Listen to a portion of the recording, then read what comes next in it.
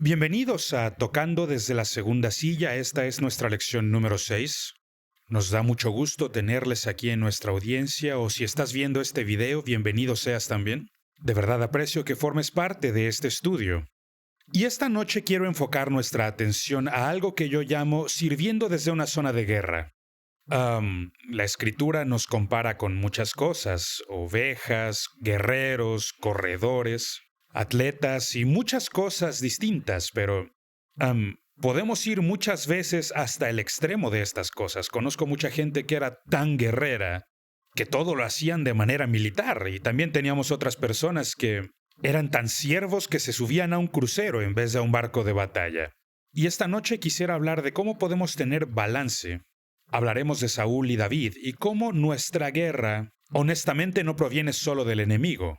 Nuestra verdadera guerra viene cuando intentamos andar por el espíritu, pero andamos según la carne, y no vemos las cosas desde una perspectiva espiritual, sino desde una perspectiva carnal. Y ese es el contraste que podemos ver en las vidas de David y de Saúl. Y quiero que analicemos un poco lo que es el poder de la preparación y verdaderamente analizar la vida de Saúl. Saúl nunca tuvo nada en su vida pasada que lo preparara para ser rey. Porque si bien Saúl fue el primer rey de Israel, fue promovido de ser un cuidador de burros, de ahí a ser rey, y por eso no tuvo ningún tiempo que lo preparara. Y es importante comprender que el mayor peligro que tú podrías enfrentar es ser promovido a una posición sin preparación ni carácter. Porque verdaderamente este es el preámbulo para la caída. Porque las fallas en tu carácter comienzan a ser expuestas cuando la presión comienza. Y Samuel se dirige a ungir a Saúl. Y yo creo que la primera línea de este verso nos da un buen entendimiento. La escritura nos dice que Samuel tomó el aceite y lo derramó sobre la cabeza de Saúl. Pudo ser una vasija, pudo ser un vaso, pero no importa lo que haya sido, tenemos que entender que es un instrumento humano, un instrumento que unge a un rey de carne. Cuando David es ungido, se utiliza un cuerno de carnero. Algo había muerto previo a su ungimiento. Y créeme, la preparación hará que algo muera en la carne. Hace años alguien me preguntó cómo podía darme cuenta cuando alguien es espiritual. Y pienso que a veces intentamos juzgar esto desde ciertas perspectivas. Sin embargo, la mejor definición que he leído sobre espiritualidad es la siguiente: tu nivel de espiritualidad equivale a tu nivel de muerte a la carne. Y eso indica lo espiritual que eres. Si no mueres a la carne, créeme, no estás vivo en el espíritu. Entonces dice que tomaron la botella de aceite, la derraman en la cabeza de Saúl. Y Samuel le dice: ¿no te ha ungido el Señor por príncipe sobre su pueblo Israel? Hoy, después que te hayas apartado de mí, hallarás 2 hombres, junto al sepulcro de Raquel, en el territorio de Benjamín, en Selsa. Y te dirán: las asnas que habías ido a buscar se han hallado, y tu padre ha dejado ya de inquietarse por las asnas y está afligido por ti, diciendo: ¿qué haré acerca de mi hijo? Ahora, los defectos están ocultos. Casi nunca podrás ver un defecto. De hecho, quisiera contarte una historia personal. Por si acaso no lo has notado, yo soy una persona con una forma muy extraña. Pero en fin, mis piernas son muy cortas y tengo una gran cintura. Y me cuesta mucho comprar pantalones. Solo que sean pants, pues son más elásticos. Pero estaba con mi esposa en cierto lugar y de hecho era una tienda de descuentos y había una sección que se llamaba pantalones raros. Y pantalones raros me vienen de maravilla. De hecho, esa es mi talla, pantalón raro. Pero en fin, lo que terminó ocurriendo es que estos pantalones tenían ciertos defectos. Era un pequeño defecto en la parte posterior del pantalón, casi ni se notaba. Y le dije a mi señora: tenemos que arreglar este pantalón, no me importa que ya venga dañado, yo me lo voy a llevar, pero tenemos que arreglarlo. Y ella estaba preocupada por la reparación que tenía que hacerse, pero a mí de verdad no me importaba, no me molestaba. Pero en fin, ya estando en el servicio, yo tenía mis notas y estaba a punto de pasar a predicar. Llegó mi turno, pasé a predicar, algo se cayó y tuve que agacharme. Y ahí ocurrió la gran tragedia. Y bueno, para ponerlo en términos simples, yo estaba muy expuesto. Por eso es importante entender que los defectos generalmente no se ven, sino hasta que la presión los saca a flote. Este es el punto que quiero mostrarles. Saúl tenía bastantes defectos, y esto en parte porque no tuvo una buena preparación. Y vemos los defectos de su carácter muy temprano en su vida. Y el primer defecto que vemos es que él se esconde detrás de muchas cosas, se esconde, no quiere ser visto, se oculta. ¿Y por qué se esconde? Bueno, porque él era inseguro. Y la inseguridad es algo con lo que nadie te podrá ayudar, solamente tú. Eleanor Roosevelt decía que nadie puede hacerte sentir inseguro sin tu permiso. Así que si tienes un problema de inseguridad en la vida, es algo con lo que nadie más te puede ayudar. Podrán presumir de ti, podrán decirte muchas cosas buenas, pero si tú eres inseguro, pues ahí está. Y en el liderazgo es donde he visto la mayor inseguridad. Conozco predicadores que no pueden ir a un juego de fútbol porque si empiezan a criticar algo pensarán que están hablando sobre ellos. Y el gran problema de la inseguridad es que eres tú, es tu visión de ti. Entonces vemos a Saúl escondiéndose. Es un muchacho muy alto, le saca una cabeza a casi todos. Pero él se oculta. ¿Por qué? Porque esa es la manera en que él se ve. Y esto demuestra muy rápidamente que el problema de Saúl es que esta inseguridad comienza a sentar la base para su caída final. Y desafortunadamente su mejor día como rey fue el día de su coronación. Y todo se fue a pique a partir de ahí, debido al defecto de la inseguridad. Y yo le digo a la gente, muchas veces la inseguridad proviene del querer operar en un lugar en el que no tienes que estar. Veníamos platicando mi esposa y yo de camino hacia acá y bueno, yo conozco las áreas para las que Dios me ha dotado y humildemente también conozco las áreas para las que no tengo un don. ¿Y cuántos saben que es mejor no estar en un área para la que no tienes don? Por ejemplo, hay personas que me dicen, Dios me ha dado un gran don para cantar, y escucho las primeras 2 notas y les digo, no, Dios no tuvo nada que ver con eso. ¿Cuántos saben que si Dios te ha llamado a algo, Dios mismo te dará lo que necesitas para hacer eso? Por eso hay que saber para qué estamos aquí en la tierra y echar a andar ese propósito. Y el pueblo oraba por un rey. Y llega un muchacho que es muy alto y muy guapo y dicen, él debe ser el rey.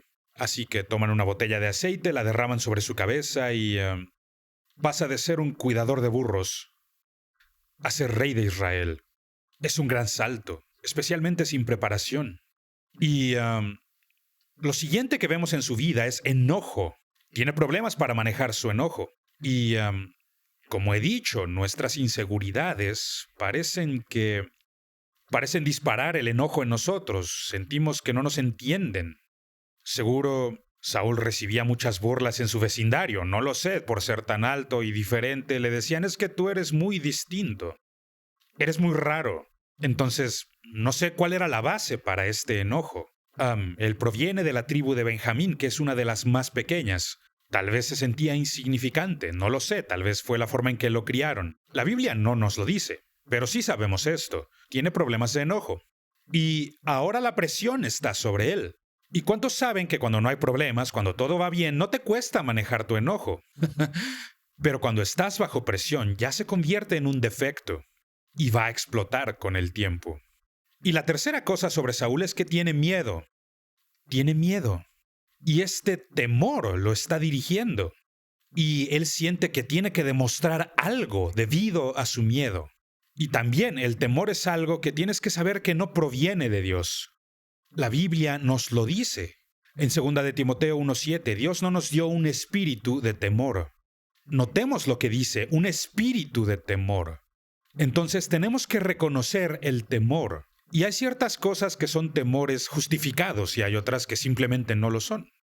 Hay ciertos temores que no tienen lógica. Creo que es inteligente tenerle algo de temor a una serpiente cascabel o a una tarántula. Pero mucha gente está aterrorizada de cosas que ni siquiera son reales. Y tienen temores que son anormales. Muchas veces provienen de algún momento en el pasado. O ciertas cosas que piensan que se descubrirán sobre ellos. Y conozco gente que siempre está enojada solo para alejar a otros. Para que no se acerquen y vean sus defectos. No sabemos en verdad, sabemos que tenía miedo. Tiene enojo, tiene inseguridad. Y esto le lleva a operar en la carne. Él ya está en la carne. Y todos nosotros en algún momento u otro hemos andado en la carne. ¿Puedes decir amén? Sé que hay diferencia entre a veces derramar unas gotitas de leche a derramar todo el cartón. Y tenemos que entender que todos vamos a cometer errores. Y si algún líder te dice que no comete errores, pídele que te mienta sobre otras cosas. Pero bueno, es mucho más que sus defectos, su inseguridad, su enojo, su miedo.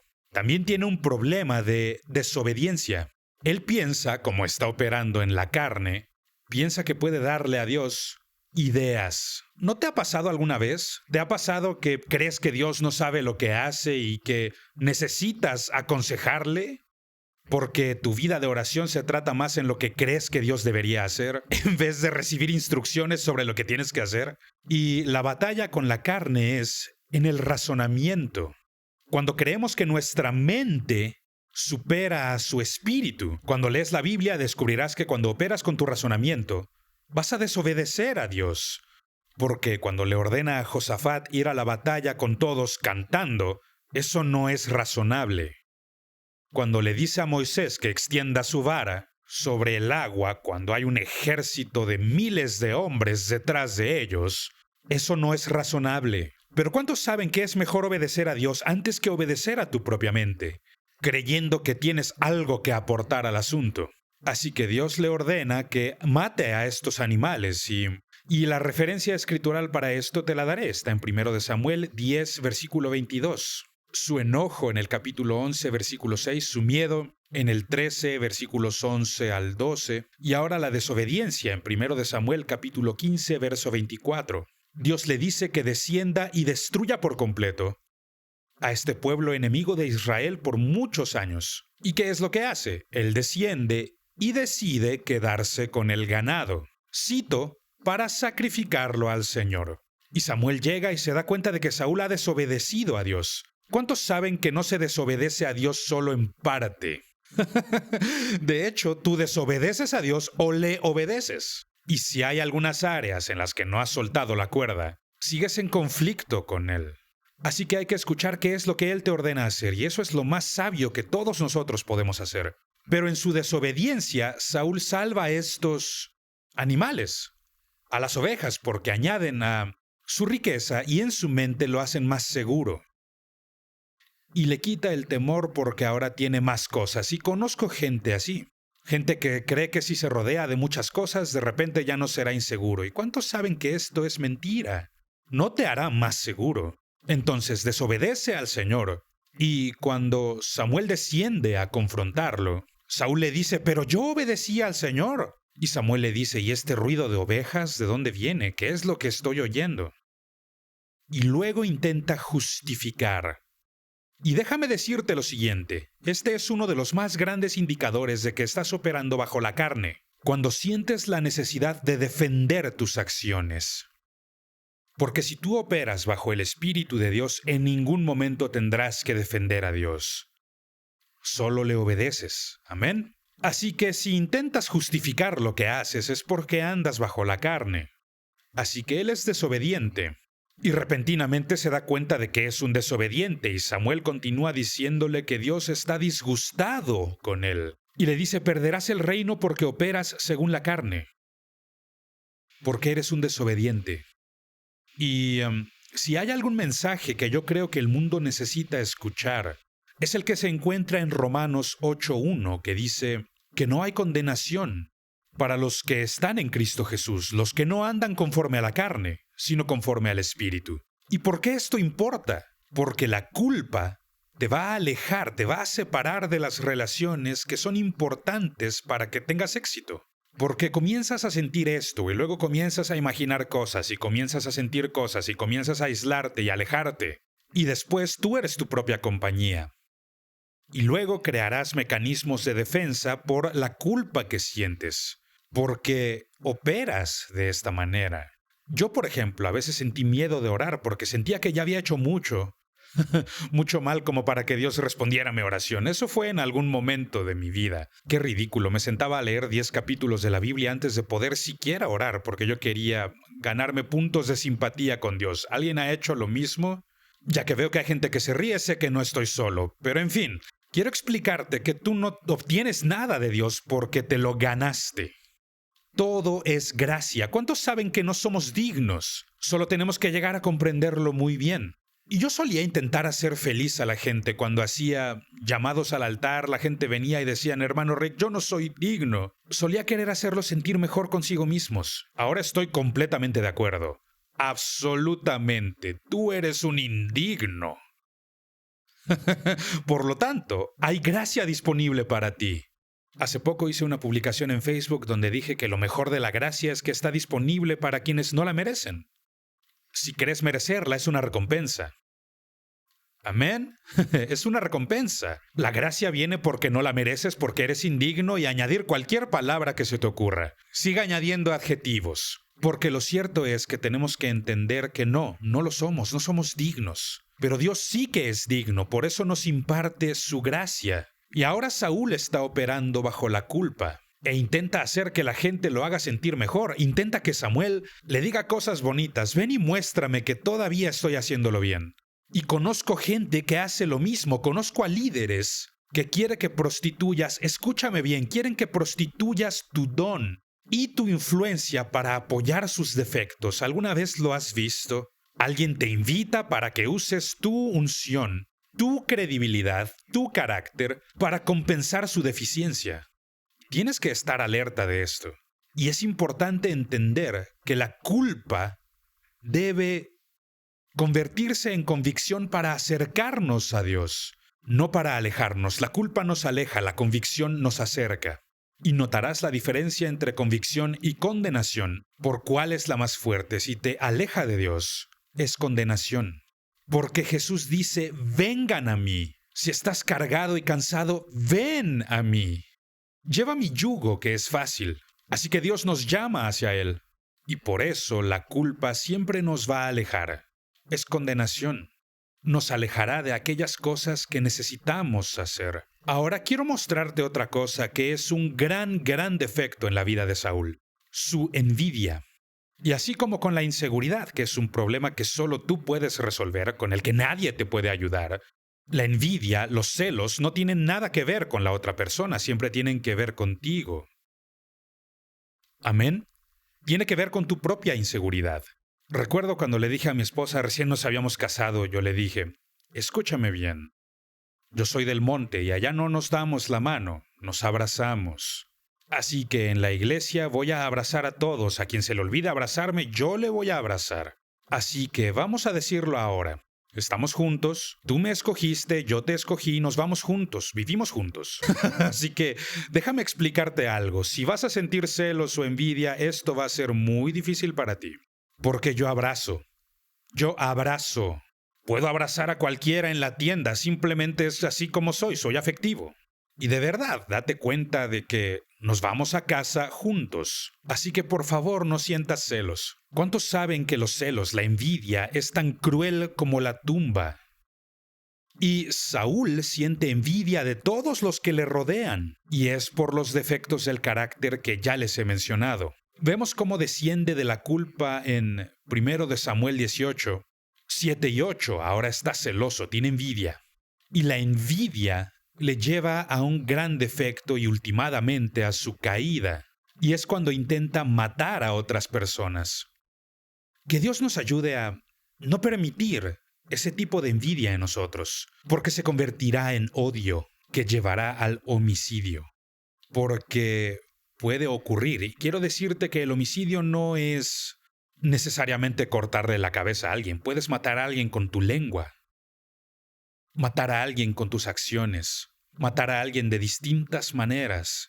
Y es importante entender que tu verdadero enemigo es alguien que intenta destruir tu influencia.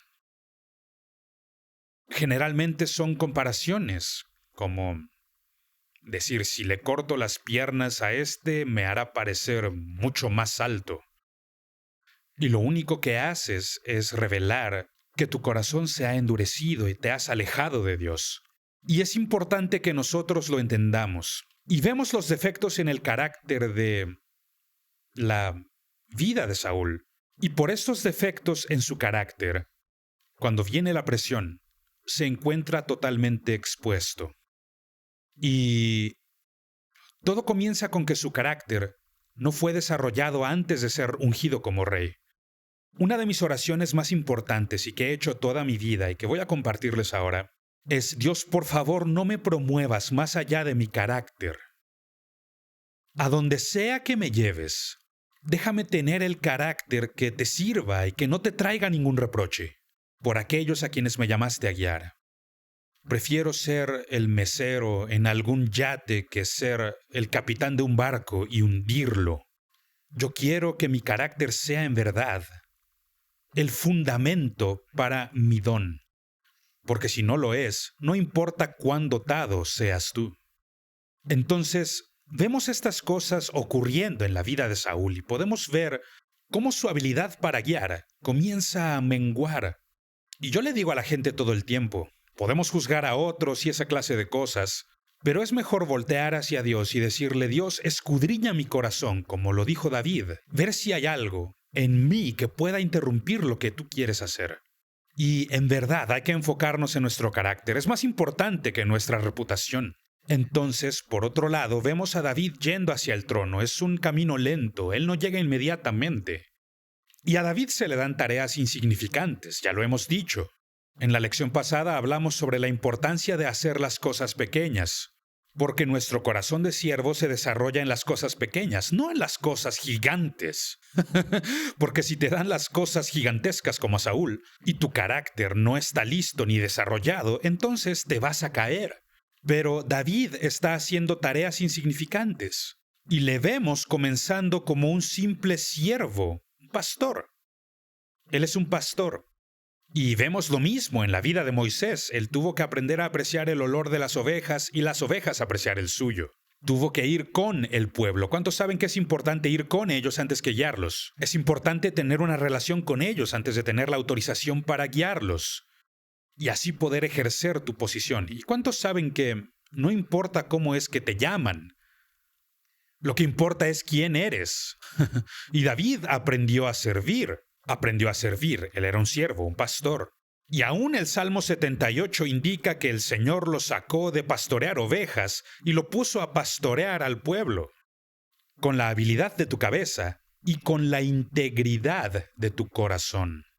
La palabra integridad significa junto. Integrado, es decir, tú eres lo que eres en todo lugar y en todo momento. Hace años enseñé en un campamento juvenil como con 600 personas. Y me pidieron enseñar una lección y a veces no sé por qué se me ocurren estas cosas, pero tenía una bala de cañón que por alguna razón tenía en mi poder y también tenía un globo negro y ya lo había inflado y sostuve las dos cosas entre mis manos. Cuando alcé las manos, tenían el mismo tamaño y no se notaba cuál era cuál. A menos que tuvieras una aguja.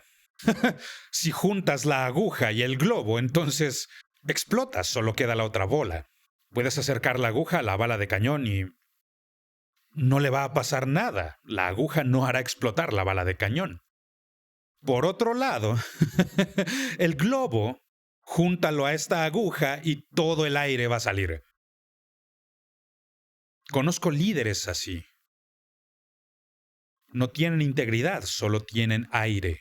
Y por fuera parecen sólidos.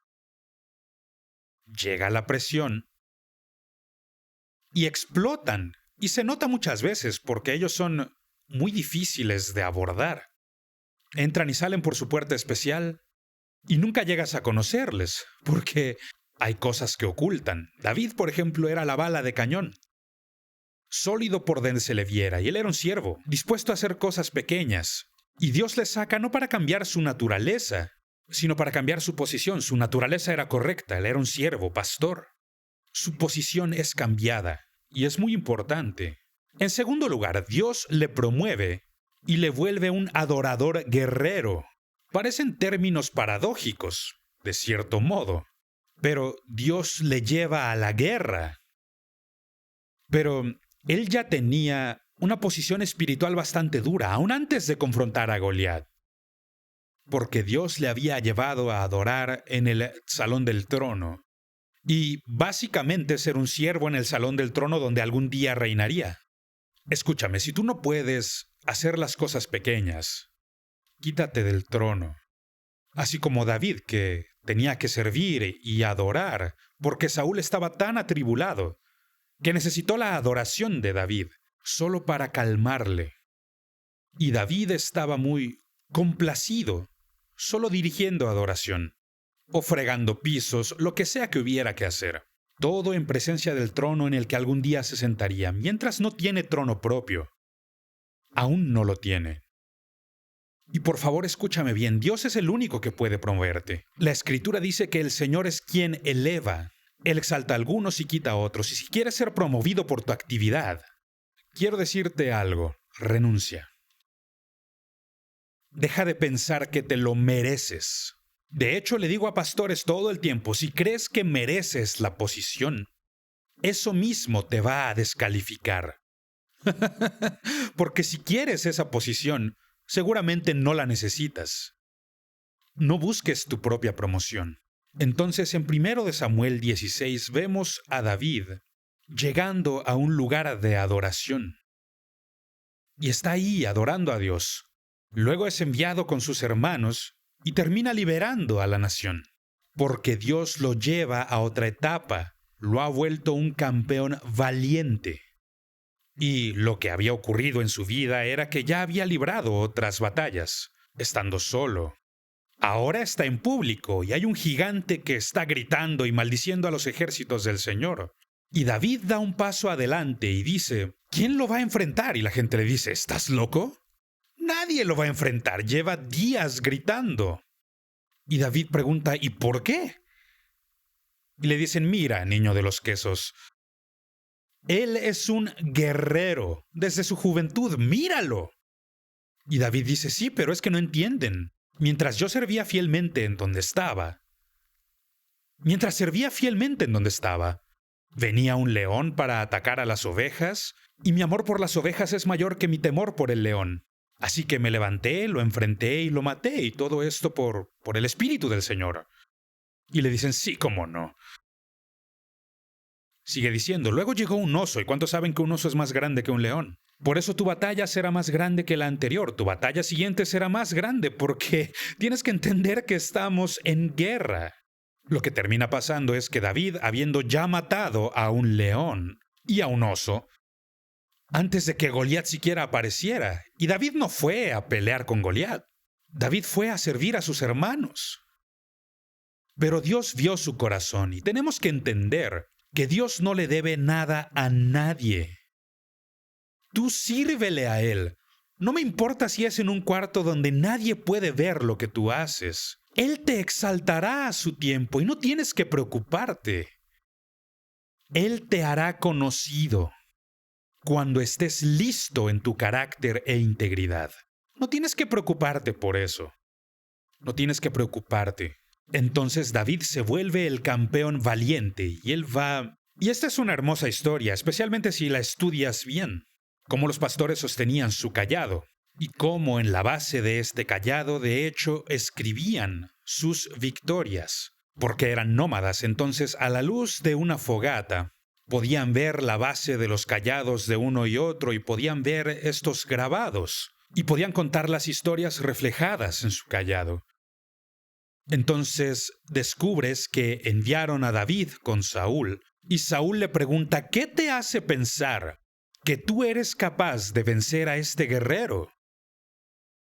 David le enseña su cayado y le dice, mire aquí, mira los grabados, ¿ves a este león, ves a este oso? Y podemos leer en el capítulo 17 cómo David toma 5 piedras del arroyo y toma su honda, y será mejor que lo leas otra vez, porque dice que también llevó su cayado en su mano, porque el testimonio de la victoria de ayer será el valor para la batalla del día de hoy. Debemos entender la importancia que tiene el cayado en la victoria, tanto como la honda y la piedra. Porque Dios da crédito a nuestro testimonio. Nosotros podemos vencer por la sangre del Cordero y por la palabra de nuestro testimonio. Todo por lo que Dios te ha hecho pasar es para que puedas atravesar lo que enfrentas hoy. Entonces David viene, y él es un campeón y toma su vara en su mano. ¿Por qué? Porque está listo para anotar su victoria contra el gigante. Sabe dónde está su fuerza. Y David intenta intimidar a David por su propia experiencia, diciéndole, ¿por qué vienes a mí como si fuera un perro con palos? David le dice, déjame te explico, si estuviera peleando contigo, seguro tú ganarías, pero yo no peleo contra ti. Esta batalla es del Señor, Él me puso aquí, yo conozco su voz, y Él me trajo aquí, Él me dio un llamado y una causa, y como Él me dio una causa, te causaré un dolor de cabeza. Sí, porque vas a perder la cabeza. David sabía dónde estaba su fuerza. ¿Y cómo sabía dónde estaba? Sabía que su fuerza no estaba en su carne, no estaba dependiendo de su tamaño, sino que está dependiendo de Dios. Y él lo ha aprendido en privado. Vaya, si peleáramos más en privado, nosotros ganaríamos mucho más en público. ¿Cuántos me dan un amén? Saber de dónde viene tu fuerza marca la diferencia en la vida. Entonces David se convierte en un campeón valiente. En la lección pasada hablamos de su fiel amistad con Jonatán. Y lo que me parece tan hermoso al respecto es que Jonatán estuvo dispuesto a establecer un pacto con él y dejar su lugar legítimo en el trono. Pero tenemos que entender que David estaba completamente dispuesto a apoyar a Jonatán como el próximo rey. Él no intentaba quitarle su posición. Él estaba contento en donde le pusieran y me encantan los líderes que son versátiles y les gusta donde están. Amén. Donde sea que me necesites. Donde me necesites, está bien. Yo no intento escalar posiciones. Está bien, donde tú me pongas, ahí estaré bien. Úsame ahí. Y David era ese tipo de amigo. Y luego al encontrarse en una posición en la que podía eliminar a su enemigo, no pudo hacerlo, porque su carácter y su convicción no se lo permitieron. David me encanta por el simple hecho que no mató a Saúl para llegar al trono y no mató a Absalón para conservarlo. Él puso su destino en las manos de Dios. Él no intentó defender nada, no intentó ganar nada, no intentó conservar nada. Y esto nos demuestra que su corazón es tan visible y que lo ha puesto todo en manos de Dios. Dios, en lo que tú me quieras usar. Si tú quieres que sirva a Saúl, lo serviré. Y los amigos que le rodeaban le incitaban a matarlo. ¡Mátalo! ¡Está aquí en tus manos! Y David dice, no, lejos esté de mí tocar al ungido del Señor. Aunque hubiera sido ungido con una botella, y yo sé que yo también estoy ungido, no quiero tomar su lugar. Yo no voy a hacer eso, no voy a hacer esto por la mano de la carne. Escúchame, esto es crear a un Ismael cuando llegas a una posición por tus propios deseos carnales. Y si creas a un Ismael, tendrás que alimentarlo para siempre. Y evitará que llegues a tu Isaac. Lo que hay que entender es que tenemos que dejar a Dios manejar nuestra promoción y nunca tomarla en nuestras propias manos. Para quitar a los que están en nuestro camino, nunca lo hagamos. Solo Dios puede moverlos. Y si no lo hace, te meterás en problemas intentando moverlos. Entonces él se vuelve un líder leal y luego se convierte en el rey. Y no cualquier rey, el rey de reyes en Israel, de cuyo linaje viene el rey de reyes, eterno.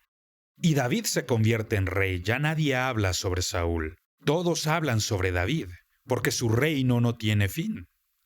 No tiene fin. Su reino no tiene fin. Y lo que tenemos que entender es lo siguiente. Hay una gran diferencia entre bendición y herencia. ¿Me estoy dando a entender? La bendición puede venirle a cualquiera, pero la herencia, el patrimonio, la herencia, no se puede tener una herencia sin los que vienen antes de ti y los que están después de ti. Saúl fue bendecido para ser rey. David fue bendecido con una herencia y su reino no tendrá fin. Escúchame, es mucho más importante ser un eslabón en una cadena muy larga a que estés en la cima solo. Es más importante que tu vida deje algo que afecte a las generaciones futuras. Es mucho más importante. Lo que tú puedas lograr en tu propia vida, o como John Maxwell lo pone en términos simples, tu éxito se determina por tu sucesión y tu sucesor. Y la victoria de David se convirtió en la herencia del pueblo de Israel. Su linaje Ahora, quiero hablar un poco acerca de esto porque ¿cómo lo usamos ahora? Vemos a Saúl operando según la carne, vemos a David operando según el espíritu, y sabemos que para que los filisteos sean verdaderamente derrotados, tienen que dejar de luchar para ver quién va a ser el rey.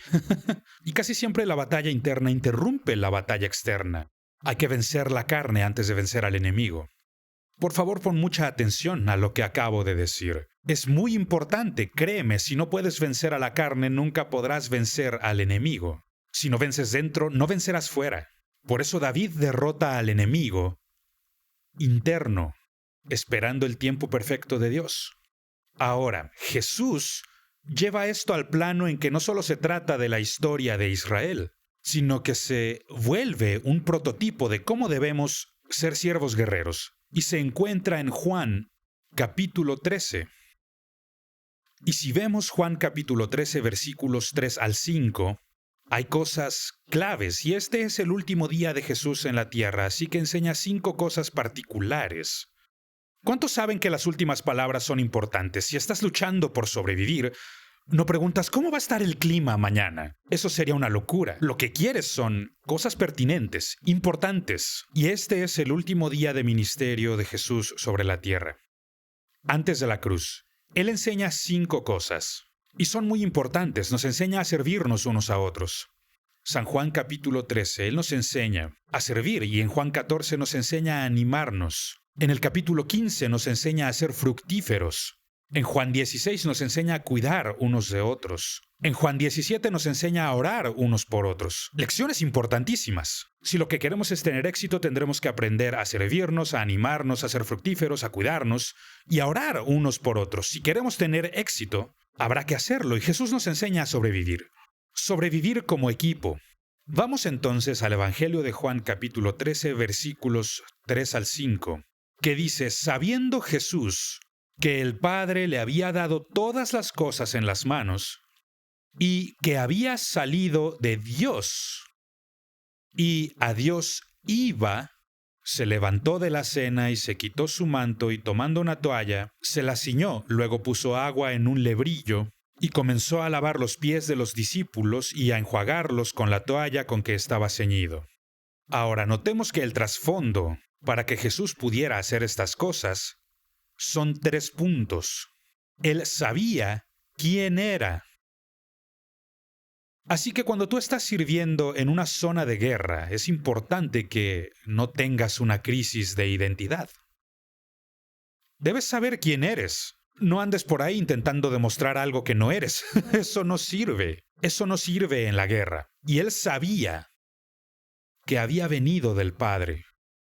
Lo segundo que tenemos que entender es que él sabía que Dios le había dado toda autoridad. Si estás operando sin autoridad delegada, la autoridad con la que operas es ilegítima. Y cuando eres probado, sabes que no tienes el derecho de estar ahí, sabes que nadie ha delegado esa posición a ti.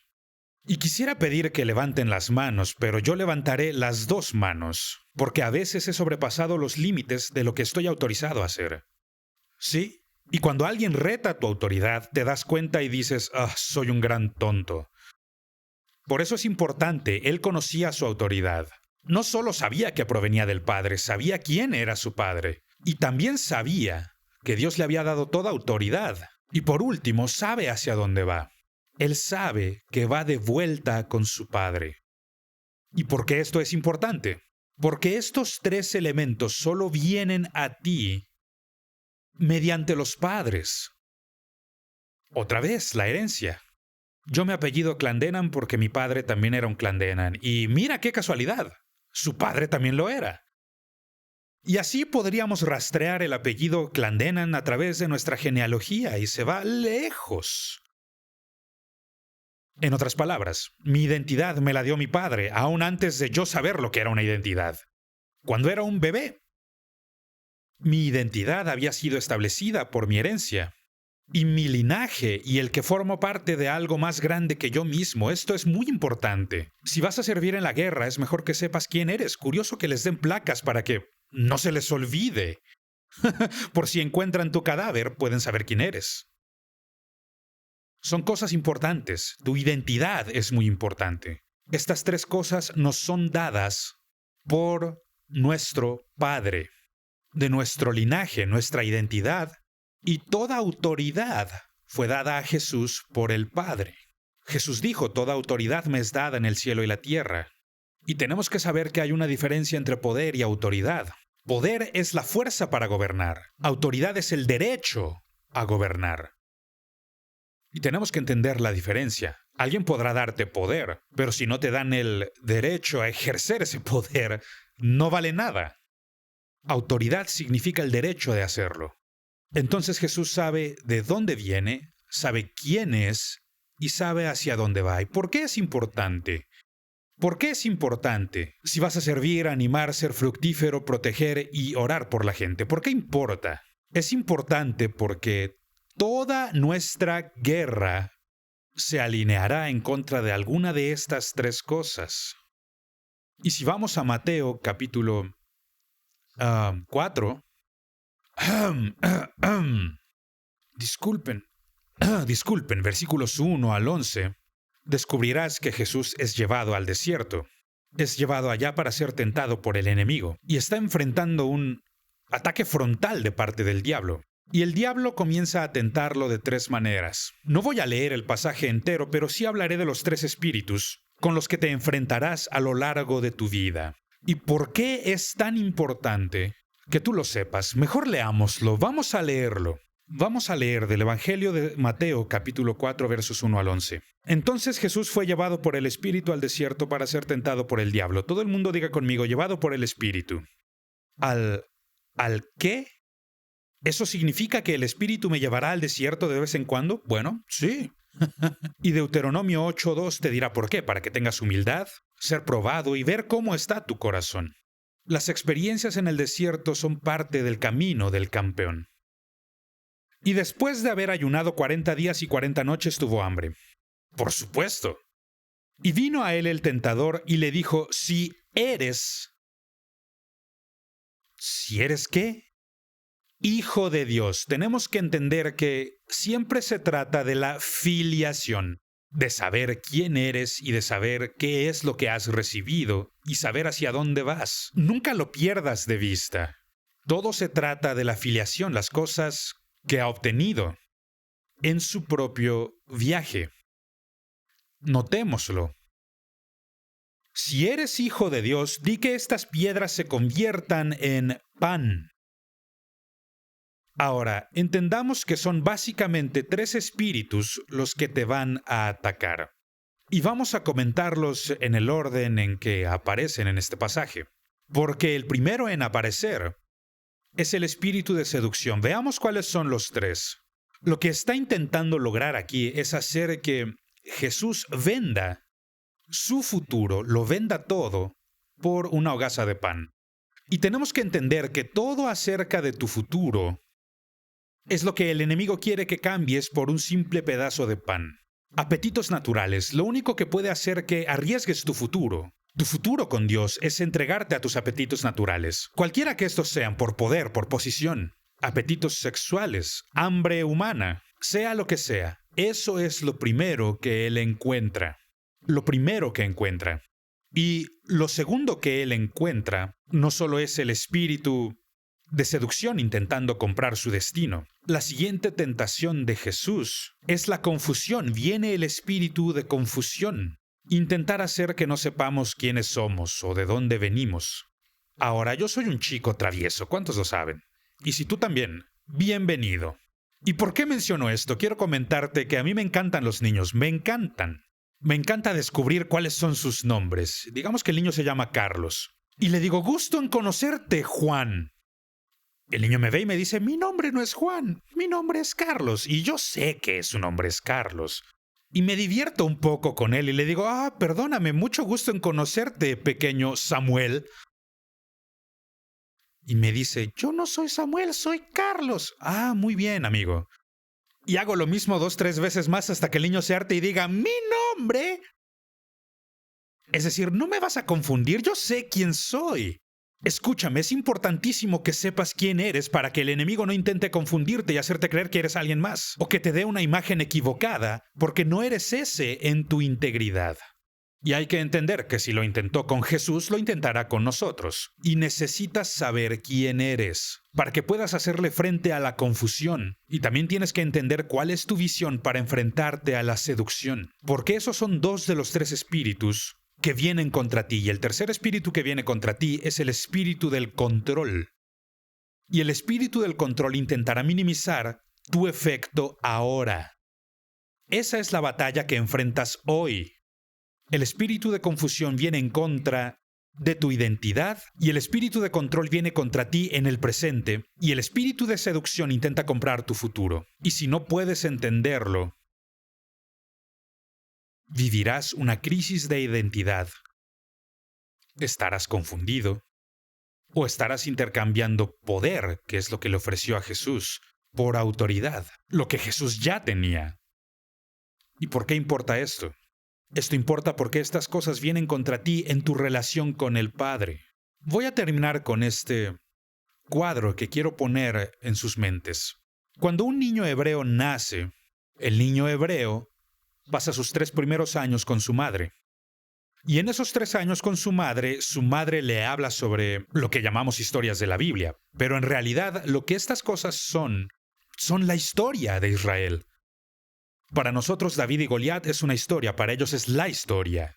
Así que este tiempo de 3 años es un tiempo de vínculo con su madre. Y este tiempo de 3 años de vínculo con la madre es importante en la vida de todo niño. Si no experimentan este periodo de vínculo, entonces algo no está completo en su vida. Pasados estos 3 años, algo ocurría, algo extraño ocurría, porque la madre del niño hebreo le vestía con un atuendo de siervo. Y en este cuadro entra un pedagogo o un siervo, un esclavo, para que trabaje con este niño por los próximos 27 años. Y la tarea de este siervo pedagogo era guiar a este niño a través de la servidumbre para que llegara a ser un hombre líder. Y le llamaban niño varón, no le llamaban hijo en ese tiempo. Le decían niño varón, por eso algunas versiones de la Biblia dicen niño varón. Entonces, a los 3 años de edad viene el pedagogo.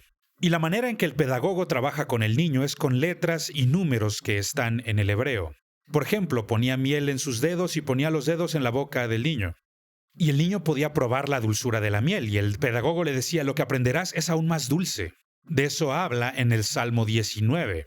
Es decir, ellos no tenían, y me da pena decirlo, pero no tenían chocolates. Y tampoco tenían cajeta, pero tenían miel. Y a través de la miel ellos motivaban a los niños. Desearía que eso hicieran en la escuela. Yo hubiera sacado 10 si me hubieran motivado con azúcar. Me encanta. Pero bueno, motivaban al niño a que aprendiera sus letras y sus números. Ahora, lo que ocurría era que entrenaba a este niño hebreo para que cuando tuviera 5 años y entrara a la escuela hebrea, él tuviera un entendimiento del sistema numérico y de las letras, y tuviera un mejor entendimiento del idioma hebreo. Así se les entrenaba desde los 3 años de edad hasta que a los 5 empezaran a ir a la escuela, y a los 5 años el pedagogo iría con ellos. Y hacían un pequeño repaso en las noches. Y en este pequeño repaso hacían lo mismo que dijimos sobre la miel. Le daban a probar algo de miel y le decían, lo que aprenderás es mucho más dulce que esta miel. Y entre los 5 y los 9 años de edad, este niño tendría que aprenderse unos 24 libros de la ley de memoria. Y el pedagogo le ayudaba a repasar todos los días y seguía con el atuendo de siervo. La única diferencia es que el atuendo del niño tenía una franja morada, el atuendo del pedagogo no la tenía. La franja morada indicaba que el niño al que estás criando ahora llegará a ser tu amo. No es solo tu alumno. Por eso la iglesia para niños es tan importante. Criamos a los hijos del rey. No somos niñeras de nadie. Les enseñamos a gobernar y a reinar. ¿Me escuchas? Es tan importante. Tal vez esto sirva para reclutar para el ministerio de los niños, pero sí, estamos criando hijos de Dios que reinen y gobiernen con Él. Entonces, a los 9 años, el padre ya entra en la vida de este niño, y entre los 9 y los 12 se tiene que enseñar el Mishnah, no la Torá, la entera ya se le enseñó. Mishnah es la ley de Dios desde la boca hacia el oído. Es tan sagrada que no se puede escribir, no se puede anotar. Tenía que transmitirse de manera oral para que aprendiera cuál es la voz del Padre, no solo el corazón de su madre. Y si algún niño no tiene a su padre entre la edad de 9 y 12 años, este niño llegará a desarrollar un espíritu huérfano. Así era la crianza en el pueblo de Israel. A los 12 años, al tiempo que dijera el padre, se presentaba el niño junto con el pedagogo, para citar la ley tanto escrita como oral, para que el padre pueda adoptarlo. El significado de esta palabra ha cambiado con los años. Para nosotros, adopción significa traer a algún niño a nuestro hogar, un niño que no tiene padres. Pero en la cultura hebrea, esa palabra tiene otro significado. En la cultura hebrea esta palabra tiene un significado parecido al de la lengua griega, que significa poner al hijo en tal posición que pueda representar a su padre. Y cuando este proceso es completado ya no se le conoce como niño varón, ahora es hijo.